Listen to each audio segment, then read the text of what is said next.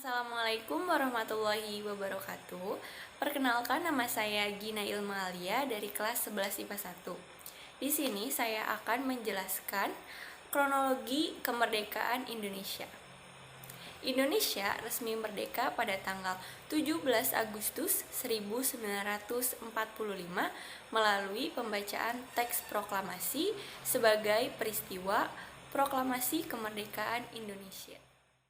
Peristiwa proklamasi kemerdekaan Indonesia dimulai merupakan perjuangan bangsa Indonesia untuk bisa merdeka dan bisa membacakan teks proklamasi. Itu tentu bukanlah suatu hal yang mudah. Harus mengalami penjajahan dari negara-negara lain seperti Belanda dan Jepang selama bertahun-tahun. Detik-detik proklamasi pada tanggal 17 Agustus 1945 didahului dengan peristiwa-peristiwa penting yang dimulai dari peristiwa Rengas Dengklok yang terjadi pada tanggal 15 Agustus 1945.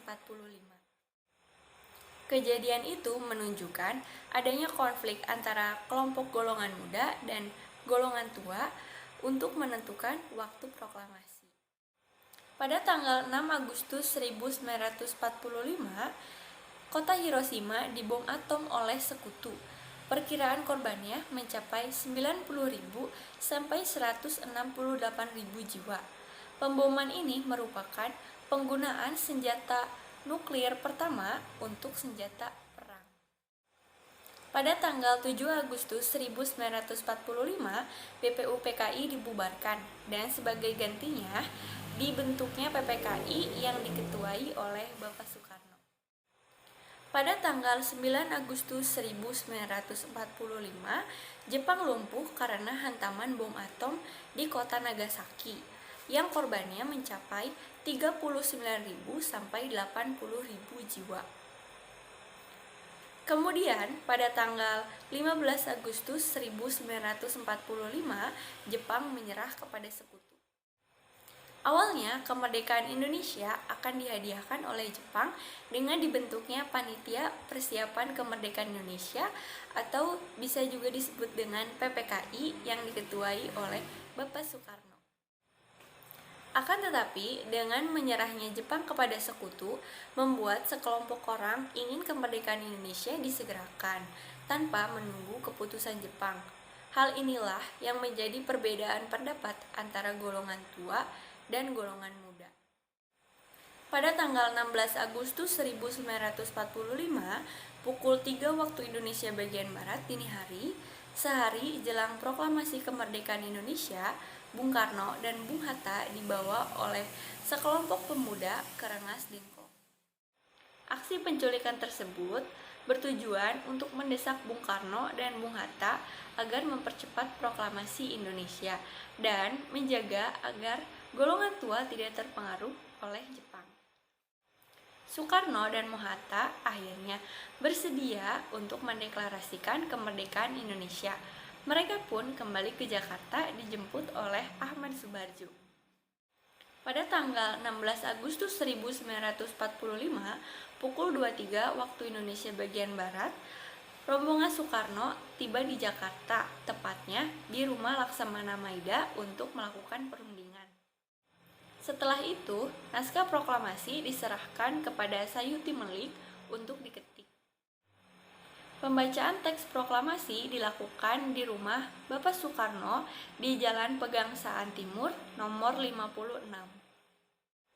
3 pemuda yang diamanahkan sebagai pengibar bendera yaitu Trimurti, Latif Hendradiningrat, dan Suhud. Dan sangsaka merah putih dijahit oleh Ibu Fatmawati. Soekarno didampingi oleh Hatta untuk membacakan teks proklamasi. Seperti ini cuplikannya. Proklamasi. Kami, bangsa Indonesia, dengan ini menyatakan kemerdekaan Indonesia. Hal-hal yang mengenai pemindahan kekuasaan dan lain-lain diselenggarakan dengan cara saksama dan dalam tempo yang sesingkat-singkatnya. Jakarta, 17 Agustus 1945, atas nama bangsa Indonesia, Soekarno, Hatta. Suasana rumah sang proklamator didapati sejumlah orang sebagai saksi. Pada tanggal 18 Agustus 1945, PPKI mengesahkan Undang-Undang Dasar 1945 sebagai dasar negara. Indonesia telah resmi menyatakan kemerdekaannya.